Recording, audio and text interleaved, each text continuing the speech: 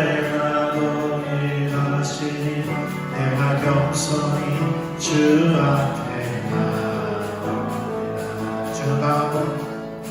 주는 가고 언제나 동일하시니 내가 겸손히 주 앞에 나옵니다. 주는 선하고 언제나 동일하시니 내가 겸손히 주 앞에 나옵니다. 나의 연약함과 모든 죄 아시는 주님, 나의 모든 것 다하여서 경배합니다. 나의 연약함과 모든 죄 아시는 주님, 나의 모든 것 다하여서 경배합니다. 나를 부르신 주를 사랑합니다. 온 맘 다하여 주님을 경배합니다. 나를 부르신 주를 사랑합니다. 나의 모든 것 되신 주님을 소리 높여 찬양합니다. 주는 강하고 언제나 동일하시니 내가 겸손히 주 앞에 나옵니다. 주는 선하고 언제나 동일하시니 내가 겸손히 주 앞에 나옵니다. 주는 강하고 언제나 동일하시니 내가 겸손히 주 앞에 나옵니다. 주는 선하고 언제나 동일하시니 내가 겸손히 주 앞에 나옵니다. 나의 연약함과 모든 죄 아시는 주님, 나의 모든 것 다하여서 경배합니다. 나의 연약함과 모든 죄 아시는 주님, 나의 모든 것 다하여서 경배합니다. 나를 부르신 주를 사랑합니다. 온 맘 다하여 주님을 경배합니다. 부르신 주를 사랑합니다.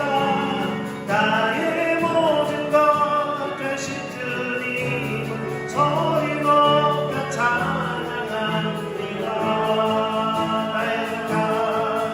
나의 연약함과 모든 죄 아시는 주님, 나의 모든 것 다하여서 경배합니다.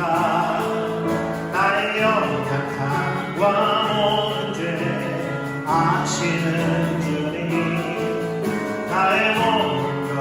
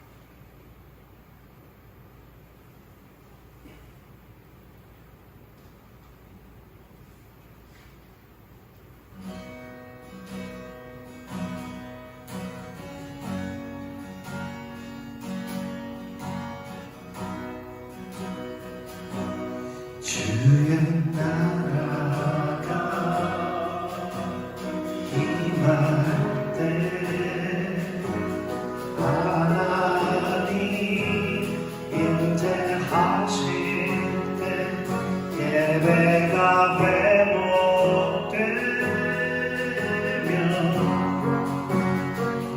기적은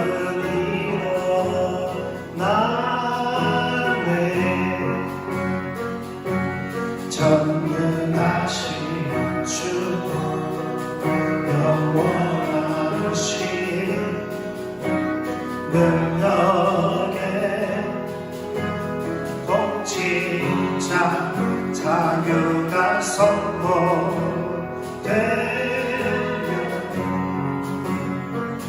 주 백성 돌아오네.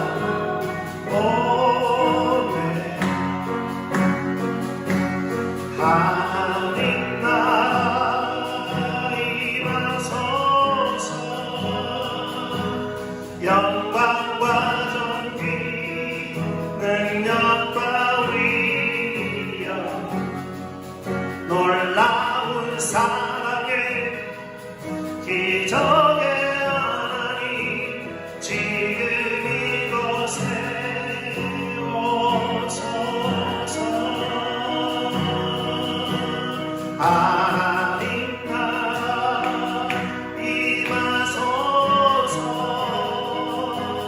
영광과 존귀 능력과 위엄 놀라운 사랑의 기적의 하나님 지금 이곳에 오소서. 주 높고 위대하심을 크게 외쳐 선포해요. 만왕의 왕 주 하나님 지금 오소서. 주의 나라가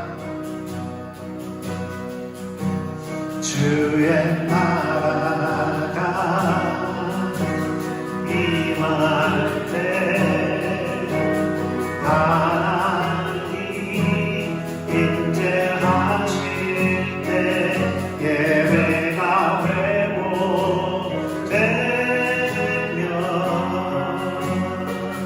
기적은 일어나네.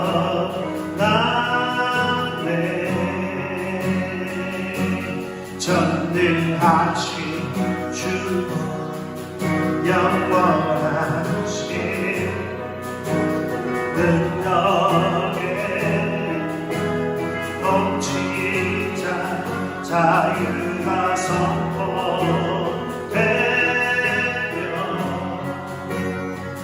주 백성 돌아오네.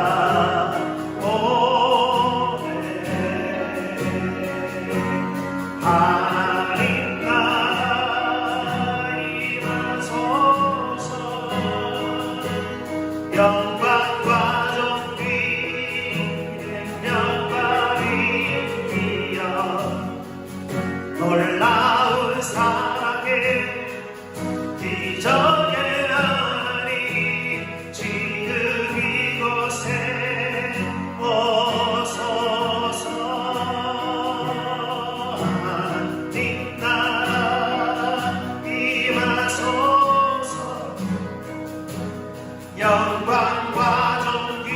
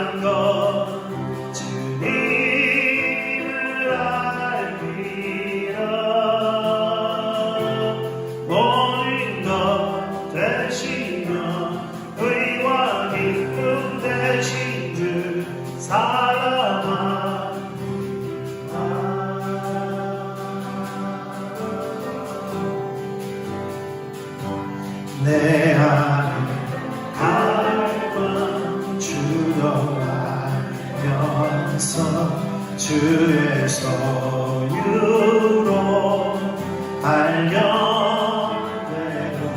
주었기 위해 모두 잃어도 주님을 향해 달리며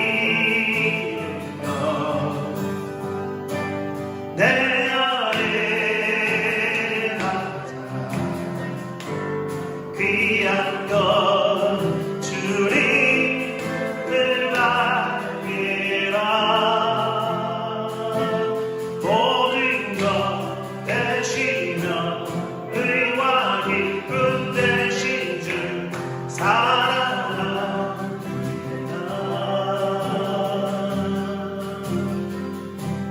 부활의 능력 경험하면서 주의 고난에 동참하고 주의 죽으심 연합하여서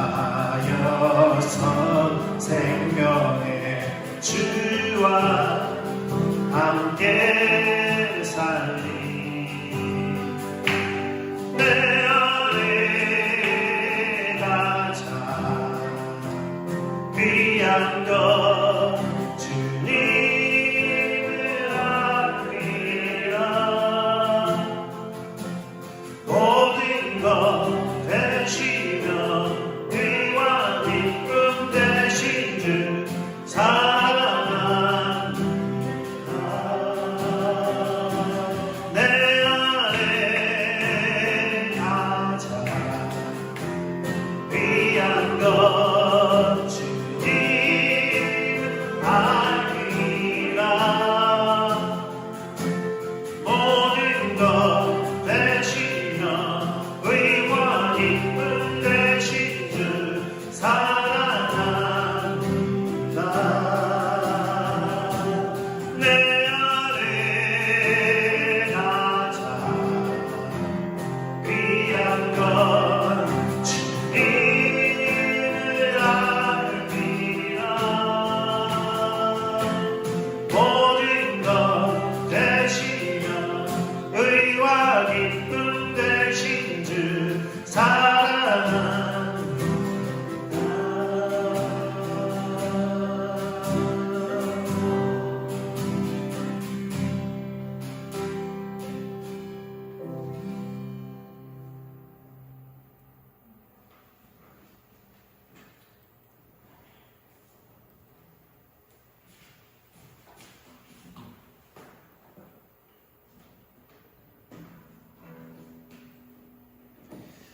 네, 이대교회 주일 예배 함께 하신 한 분 한 분의 주님 축복하고요.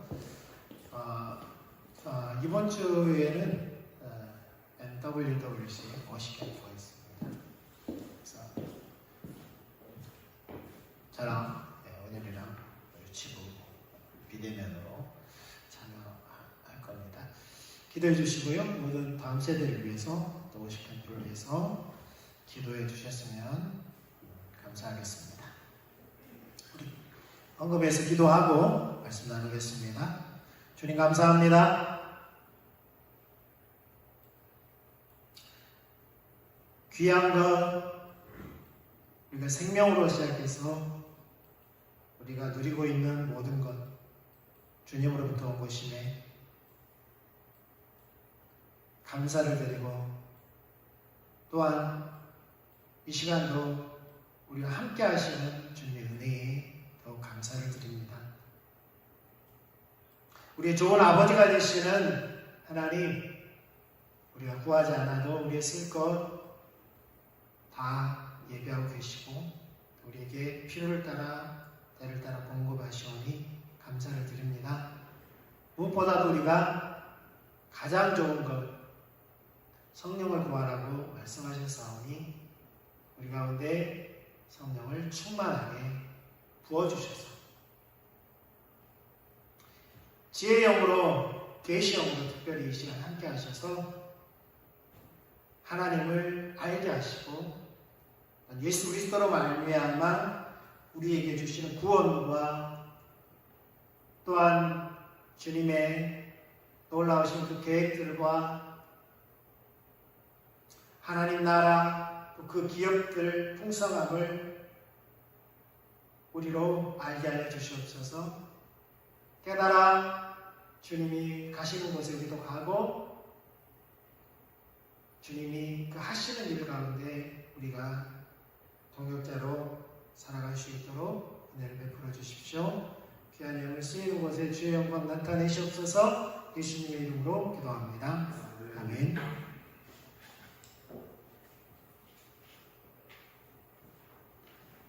하나님 말씀 보겠습니다. 고린도전서 4장 20절. 고린도전서 4장 20절입니다.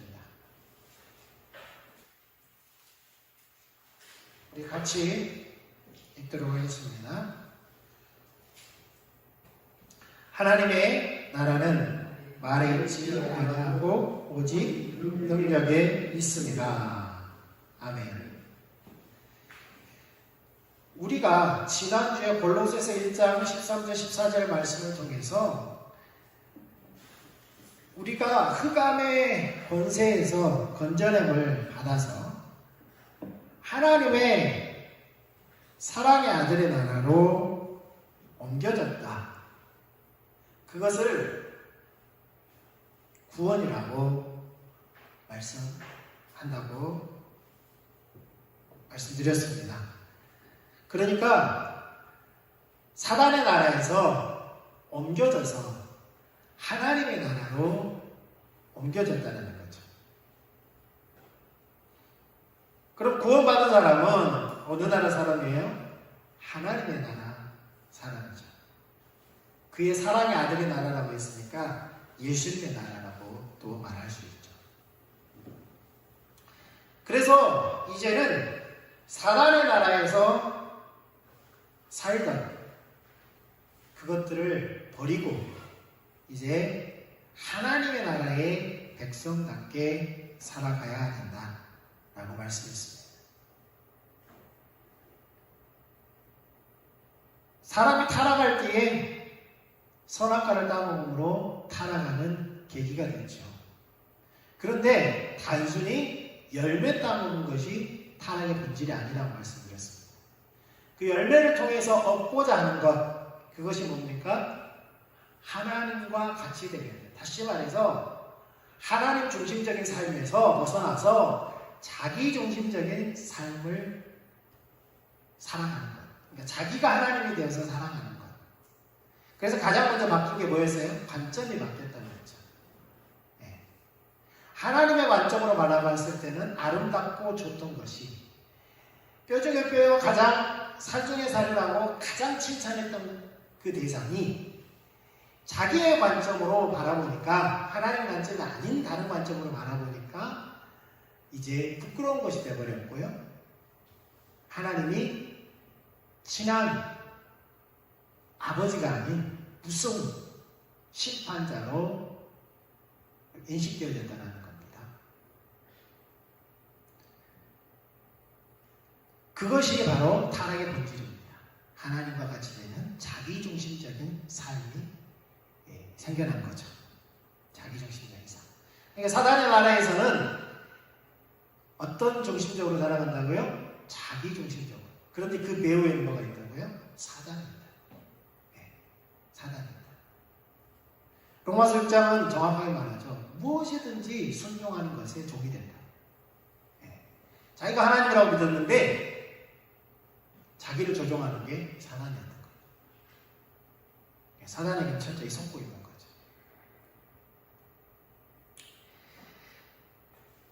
그래서 자기중심적인 삶의 세 가지 특징이 뭐라고요? 근데 이것은 하나님을 믿지 않는 사람에게도 당연히 있지만 이것은 그러니까 뭐라고 그러지 그걸? 완전히 원시적인 자기중심적인 삶이에요. 하나님 예수님을 믿기 전에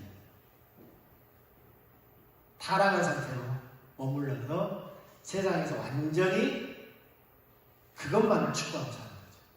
자기 자신, 자기 목적, 자기 방법으로 사는 거예요. 이게. 그런데 예수님을 믿어도 이러한 습성은 그대로 남아있다. 왜요? 우리의 몸이 아직 구원을 받지 않았기 때문에. 우리의 몸이 아직 온전히 구원을 받지 못하기 때문에. 우리의 혼이 아직 온전히 구원을 받지 못했기 때문에 그렇습니다.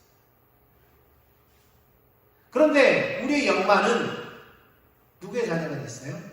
하나님의 자녀가 됐어요. 그런데 우리가 이렇게 이분법 내지는 3부분 나눠버리면 영은 구원받았고 혼은 아직 구원 못 받았고 육도 아직 구원을 못 받았네? 이렇게 그런 의미가 아니에요. 영향을 받고 있다는 거예요. 말은. 그러니까 온전한 구원은 이미 됐습니다. 우리는 영과 혼과 육이 이미 우리는 구원을 받았어요. 그런데 제가 말씀을 드리고 싶은 것은 예수님을 믿어도 여전히 우리가 뭘 지어요? 죄를 지어요. 우리의 혼이 뭐에 영향을 받아요? 세상에 영향을 받아요. 예. 하나님은 완전한 나라로 완전히 옮겨버리지 왜 이 땅에 남겨놓으셨냐는 거예요. 이런 영향을 받고 있는데 이런 영향을 받고 있는데 그래서 사도 바울은 고린도서 15장을 통해서 우리의 육신이 완전히 변화될 때가 있다고 말씀하고 있죠. 그때에는 온전한 구원이라고 말할 수 있습니다. 이처럼 예수를 믿어도 여전히 우리의 육체는, 우리의 혼은 자기중심적인 삶을 사려고 하는 그러한 습성이 남아있다는 거예요. 그러니까 우리가 자기 자신의 자원으로 살려고 하고요. 자기 자신의 목적을 위해 살려고 하고요. 그 목적을 위해서 자기의 방법으로 살려고 하는 거예요. 그런데 재밌게도 신앙에서도 마찬가지입니다. 신앙생활 하면서도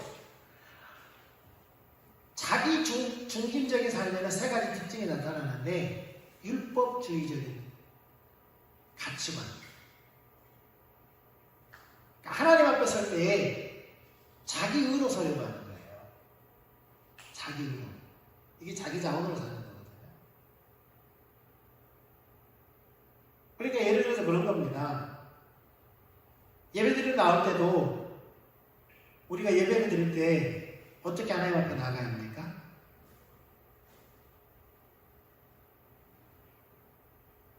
하나님 그분의 자원으로 나아가야 돼요. 근데 우리는 우리 자원으로 나간단 말이에요. 일주일 동안 우리가 어떻게 살았느냐 그것 가지고 나가려고 해요. 지금 내 마음의 상태가 어떻느냐 그것 가지고 하나님 앞에 서려고 해요. 그 증거가 뭔지 아세요? 예를 들어서 교회가 싸웠어요. 그럼 기분이 나빠. 그럼 하나님 앞에 예배가 돼야 안 돼요? 예배가 안 되죠. 그럼 뭐예요? 자기 감정 때문에 예배가 안 되는 거예요. 예배는 내 감정 가지고 가는 게 아니거든요. 그리고 일주일 동안 내가 하나님 뜻대로 막 살았어. 그게 너무 기뻐. 근데 은근히 그게 자부심이야. 예배를 드릴 때 그 자부심 가지고 하나님 앞에 저 잘했죠? 그러나 그게 자기 의를 의지하는 거예요. 그러니까 잘난 것도 우월감이라는 열매도 나타나고요. 내가 조금 전에 오늘도 싸웠어요. 싸웠기 때문에 예배를 못해요. 그게 죄책감이거든요. 죄책감 가지고 하나님 앞에 못 써요.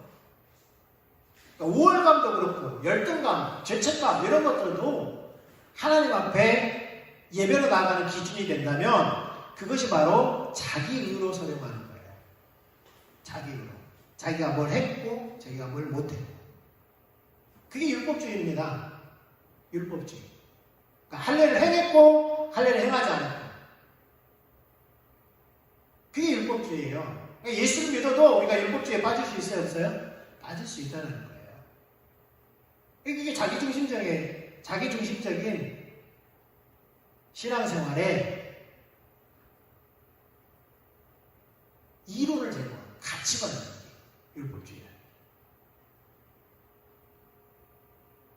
그 다음에 우리가 신앙생활을 하면서도 하나님을 위해 산다고 하면서 뭐를 위해서요? 자기 목적을 위해서. 자기 목적.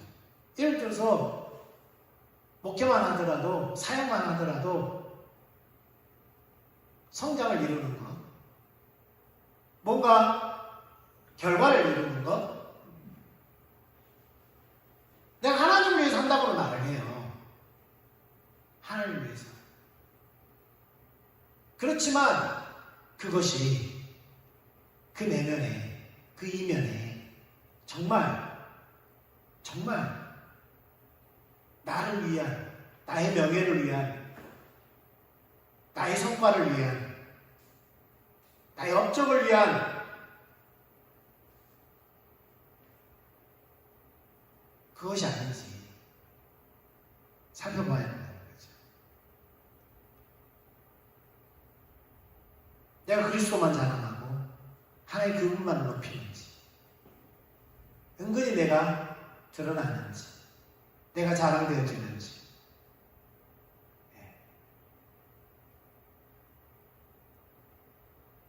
하나님 그분을 높이기 위해서 하나님 행하신 일들을 자랑하고 있는지, 아니면 내가 무엇을 했는데 은근히 내 자랑을 하고 있는지,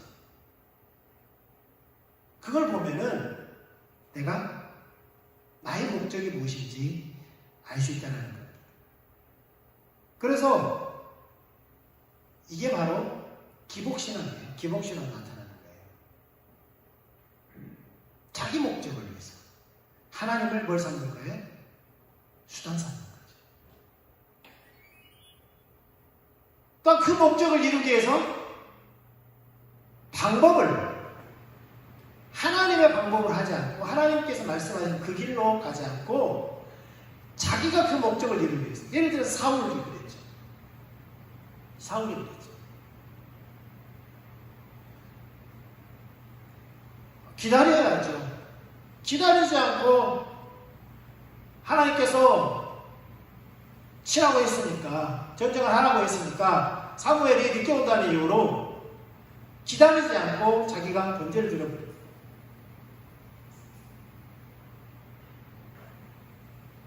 자기 방법을 하는 거죠. 자기 방법. 우리도 마찬가지입니다. 성경에서 그렇게 말씀하고 있으니까 무조건 해야 된다는 거죠. 우리가 연초에 목회계획을 이렇게 세웠으니까 밀고 나가야 된다는 거죠. 다른 교회에서도 그렇게 하니까 그 방법을 하는 거예요. 그리고 회의를 통해서 다수결로 그 방법이 채택되었으니까 그 방법을 하는 거예요.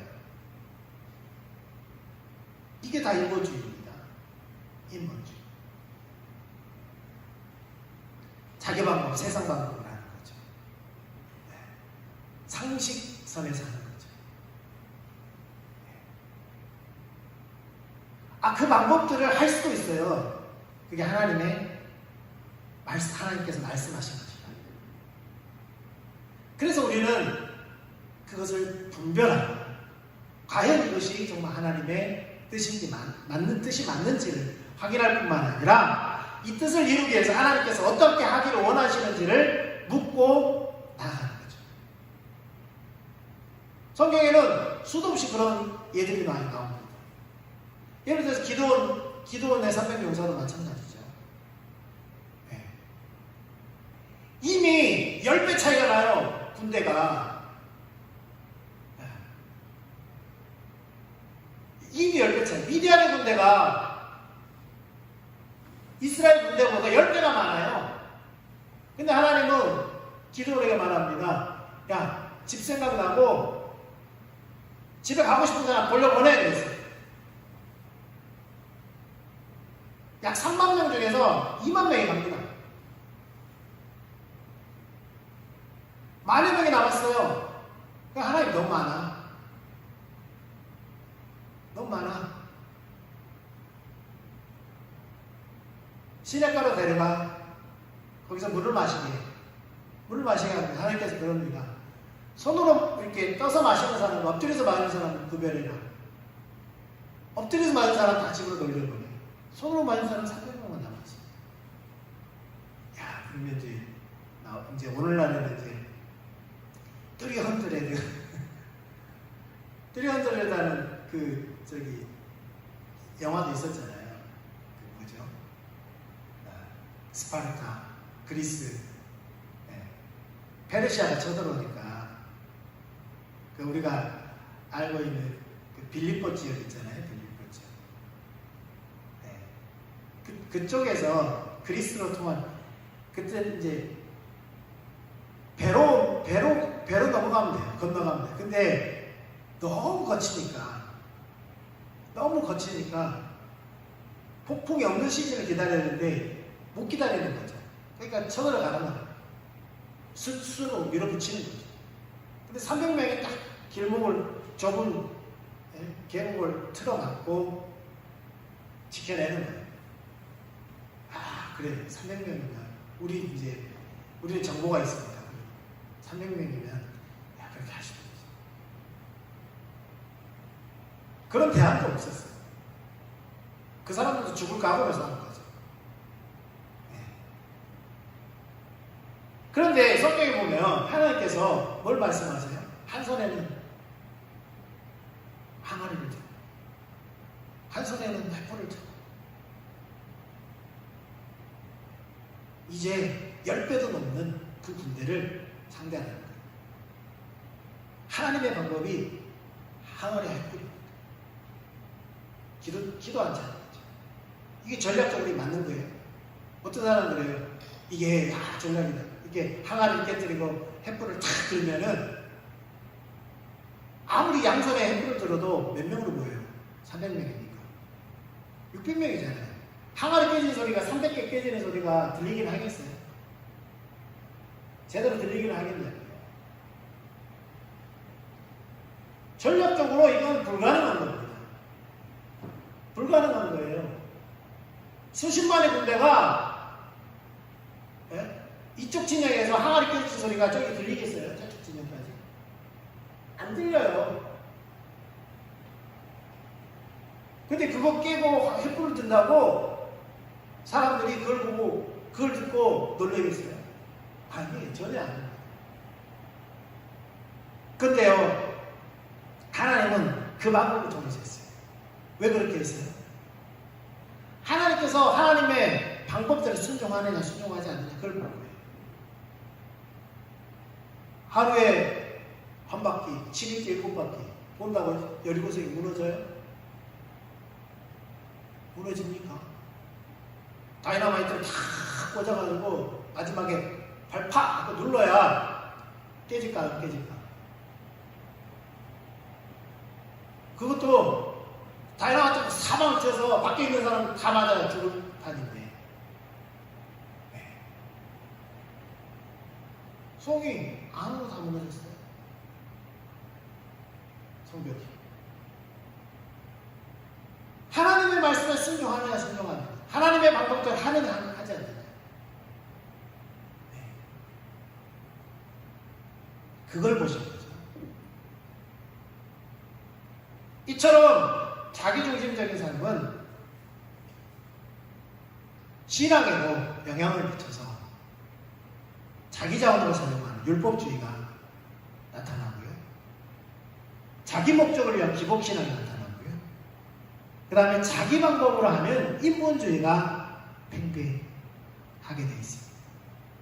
예수를 믿지 않는 사람은 당연히 자기 자원으로 살고 자기 목적을 위해 살고 자기 방법으로 살아요. 세상의 방법으로 살아요.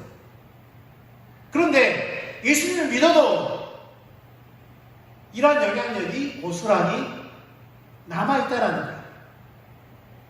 그러면 우리는 이제 이러한 것을 버려야 자기중심적인 삶을 버려야 하나님 나라의 백성답게 살 수 있어요.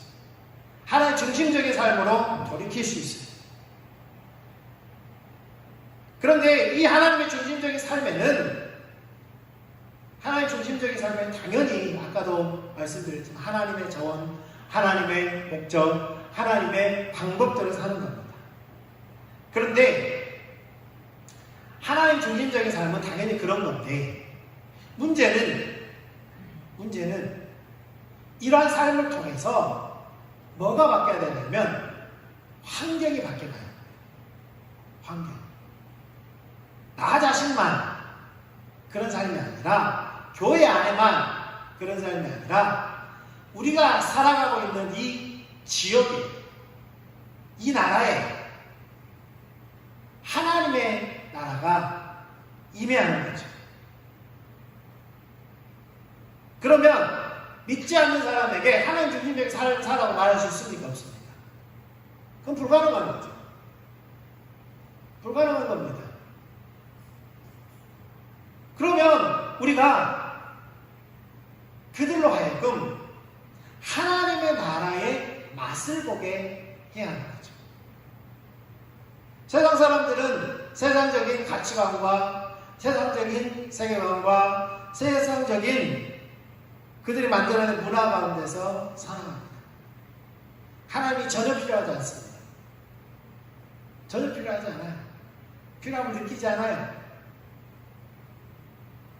우리가 아무리 예수를 믿으라고 외쳐도 그들 필요 없다고 생각하면 단번에 거절합니다. 우리에게는 하나님께서 우리 자신만을 구원하기 위해서 예수를 믿으라고 하는 게 아니에요. 만약 우리 자신만을 위해서 우리 자신만 구원하기 위해서 예수를 믿으라고 한다면 우리는 예수를 믿는 즉시 어떻게 돼야 돼요? 하늘을 올려줘야 돼요. 그것만이 하나님의 목적이었다면 하늘을 올려줘야 돼요.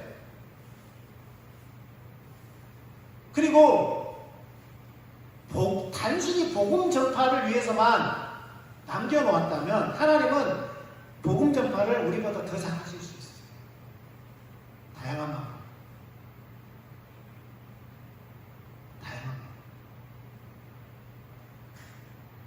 그런데 하나님께서는 예를 들어서 우리를 구원하시고 이 땅에 교회를 세우시고 복음을 전하게 하시고 이런 것을 통해서 궁극적으로 하시고자 하시는 것이 있다는 거예요. 그게 하나님의 나라. 하나님의 나라. 구원받은 하나님의 백성들이 이 땅에 세워진 교회를 통하여 이루고자 하는 하나님의 나라.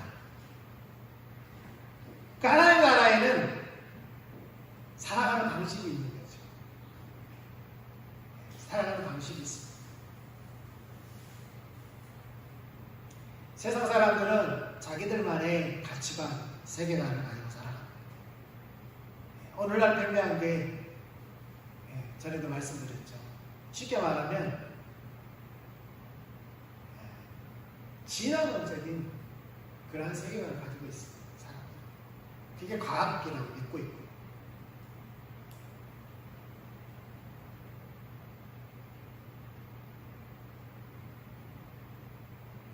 다양한 세계관들이 있습니다. 근데 대표적인 게 그렇다는 거예요. 대표적인. 그런데 우리가 그러한 세계관들이 이런 겁니다. 예를 들어서 그런 겁니다. 우리 교육만 하더라도 그렇습니다. 어떤 교육의 토대 위에 교육이 진행되고 있어요? 오늘날 교육의 근간이 뭐예요?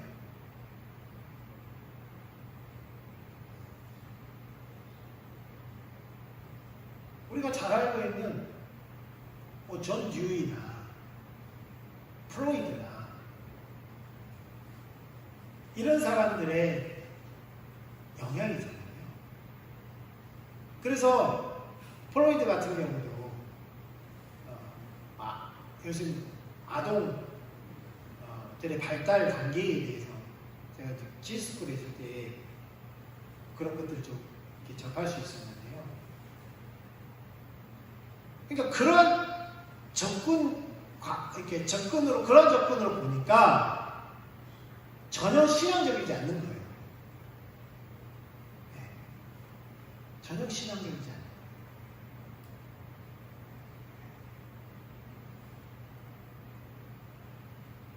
그러니까 발달 단계를 쉽게 말하면 프로이드는 성의 해방으로 봅니다.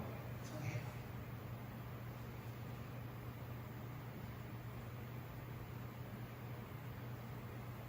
물론 그것은 프로이드가 만들어낸 게 아닙니다. 이미 타락한 세상 가운데 존재했어요. 근데 그게 체계화된 거죠. 그리고 교육 철학으로, 교육 방법론으로 채택되어서 오늘날 그걸 토대로 가르치고 배우고 그게 맞다라고 이야기를 합니다. 그러다 보니까 성경적인 가르침이 전혀 안 맞는 거예요. 전혀 안 맞는 거예요. 목적이 다르니까.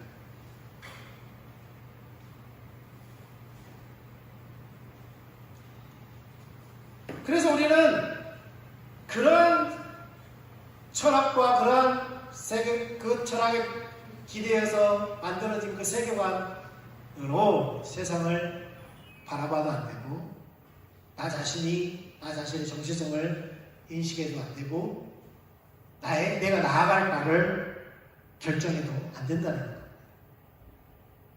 그래서 우리는 성경적인 세계관, 기독교적인 세계관을 가져야 되는데, 결국은 그겁니다. 어떠한 눈으로 바라볼 것인가. 내가 누구인가?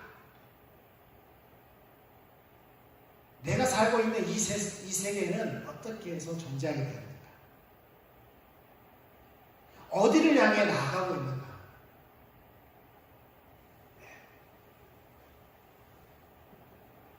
그래서 과거에서 마지막까지 관통하는 그것이 무엇인가? 이게 세계관입니다. 성경은 크게 네 가지로 그것을 구분지어 줍니다. 세상을 창조하신 분이 하나님이라는 거예요. 그럼 내가 어디로부터 온 거예요? 하나님으로부터 온 거예요. 그런데 왜 나는 죄 가운데 있는가? 나는 세상의 악은 무엇인가? 왜 이렇게 되어 있는가? 부조리는 왜 이런가? 이게 어디로부터 온 거예요? 인간의 타락으로부터 온 거예요. 그럼 해결책이 뭐예요? 우리 어떻게 구원을 받아야 돼요? 창조와 타락과 구원, 그리고 결말은 어떻게 될 것인가?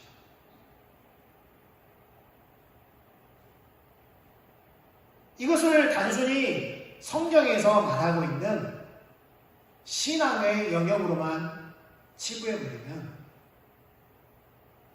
안 된다는 겁니다. 그래서 우리가 이러한 세계관을 우리가 가져야 될 뿐만 아니라, 우리의 자녀들이 가져야 될 뿐만 아니라, 우리가 살고 있는, 우리가 속해 있는 커뮤니티 가운데, 지역 가운데, 이 나라 가운데, 이 사회 가운데 당당히 외치고 그걸 토대로 그들에게 대안을 제시해야 됩니다. 대안. 그런데 재밌게도 문제는 교회마저도 이걸 포기하고 있다는 거죠. 그리스도인들마저도 이걸 포기하고 있다는 거예요. 신앙 따로, 삶 따로. 그러니까 배울 때, 우리가 배울 때 가지게 된 그 세계관이, 교육을 통해서 얻어진 그 세계관이 여전히 우리가 신앙생활을 하고 있지만 여전히 사로잡고 있는 거예요. 그럼 우리 자녀들은 어떨까요? 점점 그 세계관 가운데서 거기에 노출되어져서 하나님을 떠나게 됩니다. 하나님 떠나게 됩니다. 누가 우리를 창조하셨습니까? 태초에 하나님이 천지를 창조하십니다. 그래서 창세기 1장 1절에 태초에 하나님이 천지를 창조하셨다라고 말씀하고 있습니다. 과학은 말이 과학이지만 우연으로 시작합니다. 우연. 우주 생성 이론에 두 가지 축이 있습니다. 우리가 알고 있듯이 창조론, 직접 설계론. 그 다음에 과학이라고 주장하는 대폭발론, 빅뱅 이론이죠. 그러니까 과학이라고 말하는데 과학은 실험되어진 그걸 가지고 결과를 도출해서 데이터를 가지고 결과를 도출해서 나타난 그 결과를 과학이라고 합니다. 그런데 과학이 기대고 있는 게 바로 이 대폭발론입니다. 이 대폭발론은 우연으로부터 시작합니다. 예름이라는 큰 덩어리가 있어요. 큰 덩어리. 지구보다 크겠죠. 예름이라는 큰 덩어리가 있습니다. 근데 이게 열받아가지고 팽창했다가 식어서 수축했다가 팽창했다가 수축했다가 팽창했다가 수축하다가 그러다가 갑자기 빵! 터지는 거예요. 그러더니 갑자기 우연히 은하계가 생겨나고 태양계가 생겨나고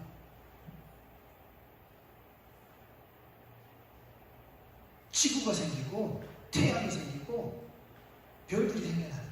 우연히. 그 안에 수많은 생명체들, 미생물들 존재합니다. 그래서 갑자기 단순한 단세포 아모eba 같은 것들이 진화를 하기 시작하더니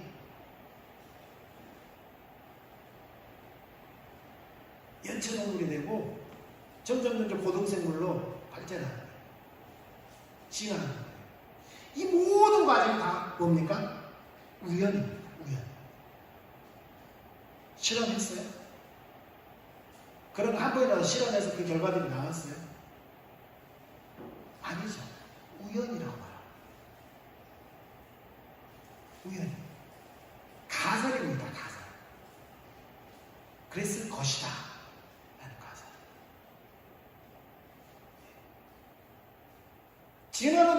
진화론자들마저도 우리나라는 그것을 대대적으로 말하지 않지만 진화론자들마저도 대진화는 없다. 시카고 대회에서 이미 선언을 했어요. 대진화는 없다. 종과 종 간의 변화는 없다라고 인정을 했어요. 다만 소진화는 있다. 종 안에서의 변이들은 있다. 돌연변이는.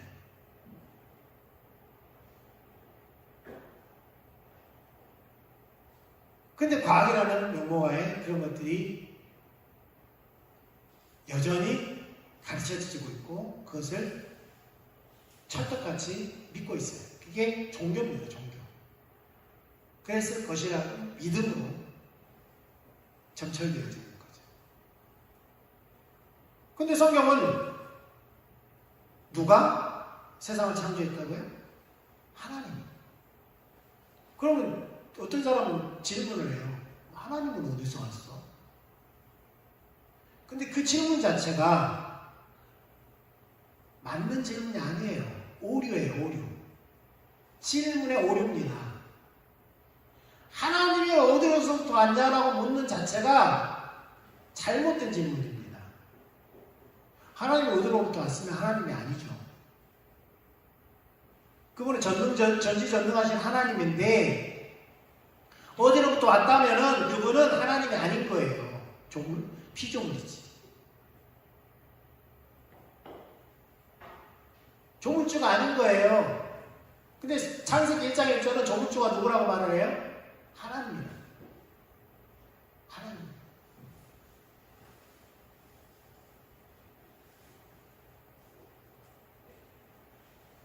하나님이 말씀으로 창조하셨어요. 창조하셨다는 말이에요. 하나님께서 모세에게 나타나셔서 모세가 묻죠. 그럼 나는 누구가 보내서 왔다라고 할까요? 그분이 누구라고 말할까요? 그러니까 나는 스스로 있는 자다. 나는 나다 그래요. 하나님이 명답을 말씀하세요. 나는 하나님이야. 나는 나야. 라고 그렇게 대답해요. 나는 난데 내가 어디로부터 오지 않았어. 라고 말해요.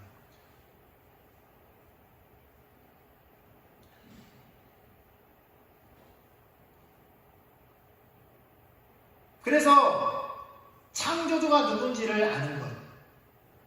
창조주가 누군지 아는 것. 그래서 기독교는 그겁니다. 기독교 세계관의 출발은 창조주가 하나님입니다. 그럼 다 끝나요. 그 사실 하나만 믿으면 돼요.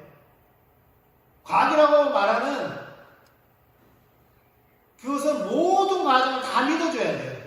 이게 믿음이 더 큰 거죠, 사실. 그런데 성경은 하나님이 천지를 창조했다는, 하나님이 존재한다는 그 사실 하나만 믿으면 끝나는 거예요. 그리고 왜 창조했는지, 창조의 목적을 아는 거예요.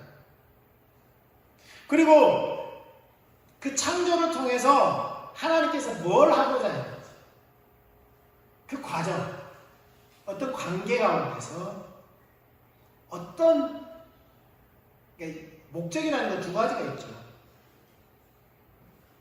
우리가 말했잖아요. 교제의 목적이 있고요. 하나는 하나님이 하시고자 하신 일을 대신하겠다. 그 목적이죠. 거기에는 관계가 포함되어 있어요. 관계.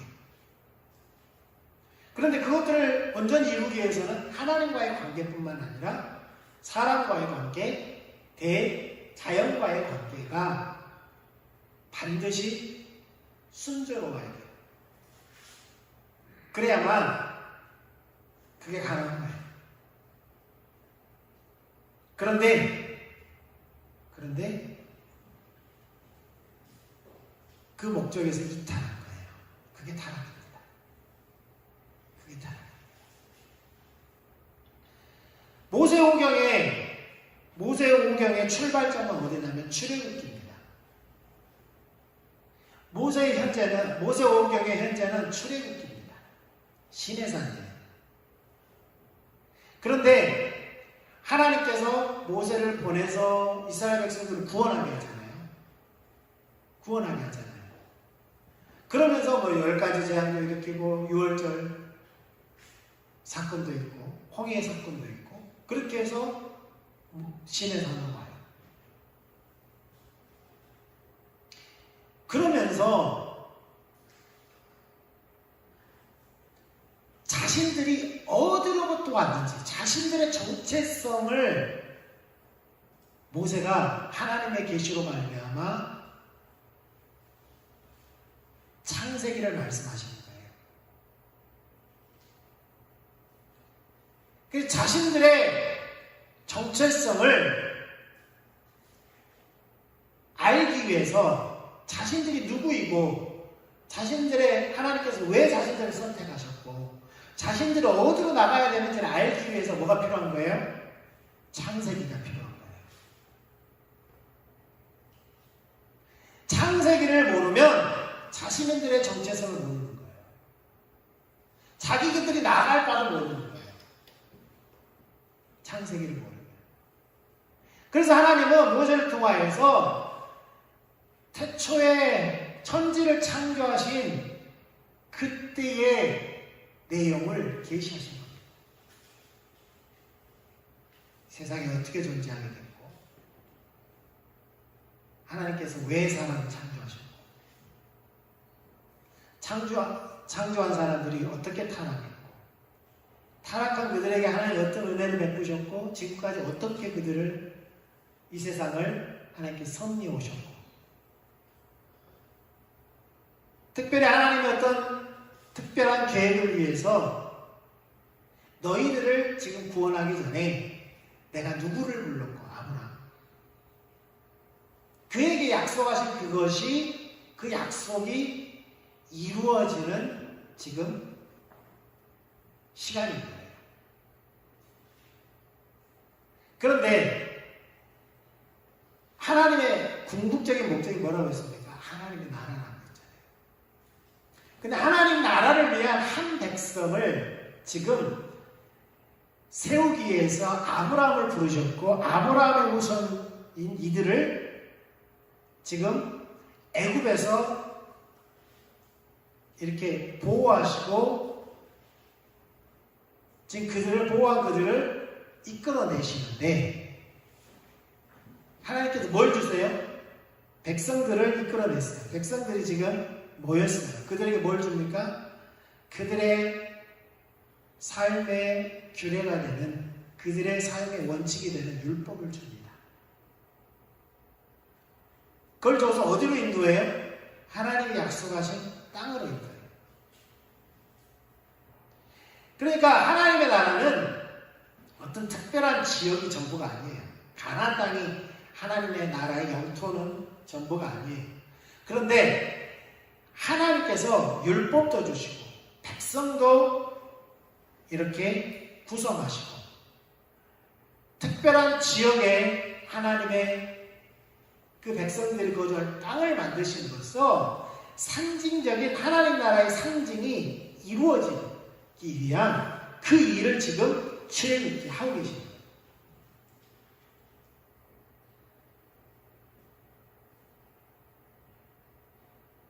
그런데 그 하나님 나라가 작게는 이스라엘 백성들, 이스라엘이 백성들이 살아가는 원칙으로서 율법, 삶의 규례로서 율법, 이 세 가지 3대 조건이라고 했죠.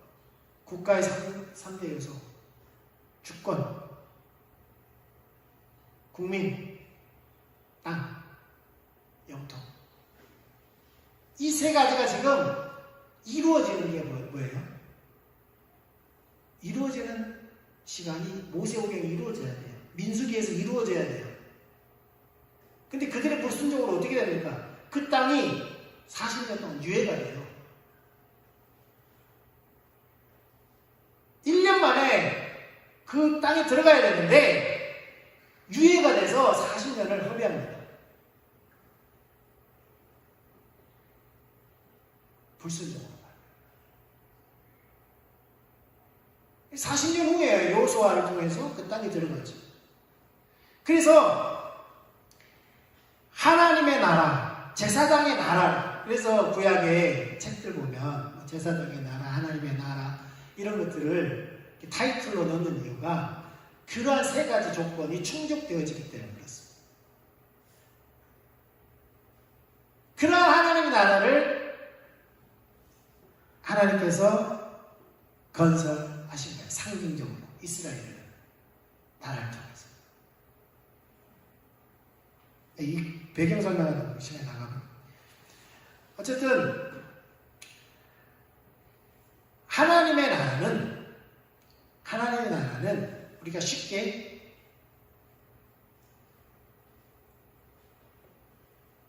우리가 어떤 가치관을 가져야 되는지, 우리가 어떻게 존재하게 되는지, 우리를 창조하신 그분이 누구고 왜 창조하신 건지, 그분과 어떤 관계를 가져야 되고, 또한 하나님 창조하신 피조물들과의 관계를 어떻게 가져야 되고,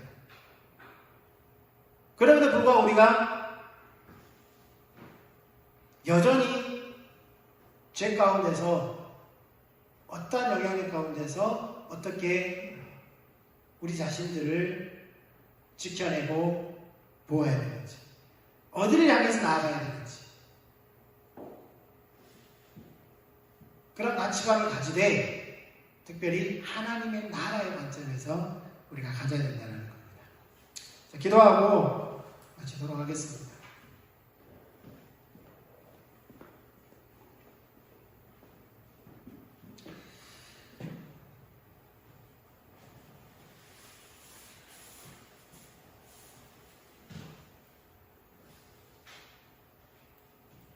하나님,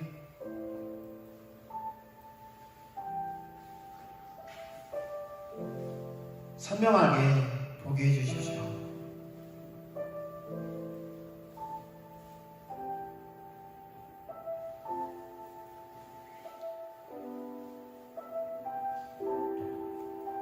저 또한 선명하게 알게 하시고 우리 모두가 선명하게 이해함으로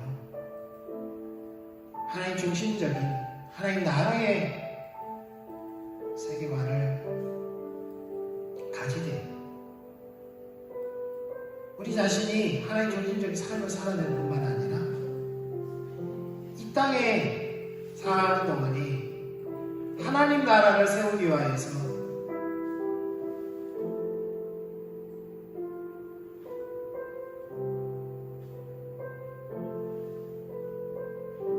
우리만의 세계관이 아니라 그들도 구원받아야 하기 때문에 왜곡된 기독교가 아니라 참 기독교를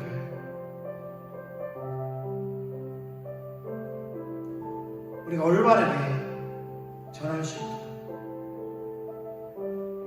하나님 우리에게 선명히 볼 수 있는 그 은혜를 허락하여 주십시오.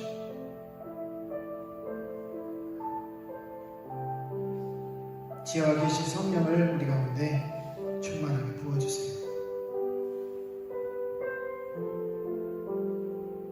주님 감사합니다. 이제는 우리 주 예수 그리스도의 한량없으신 은혜와 하나님 아버지 크신 사랑과 성령님의 내주 교통하시는 은혜가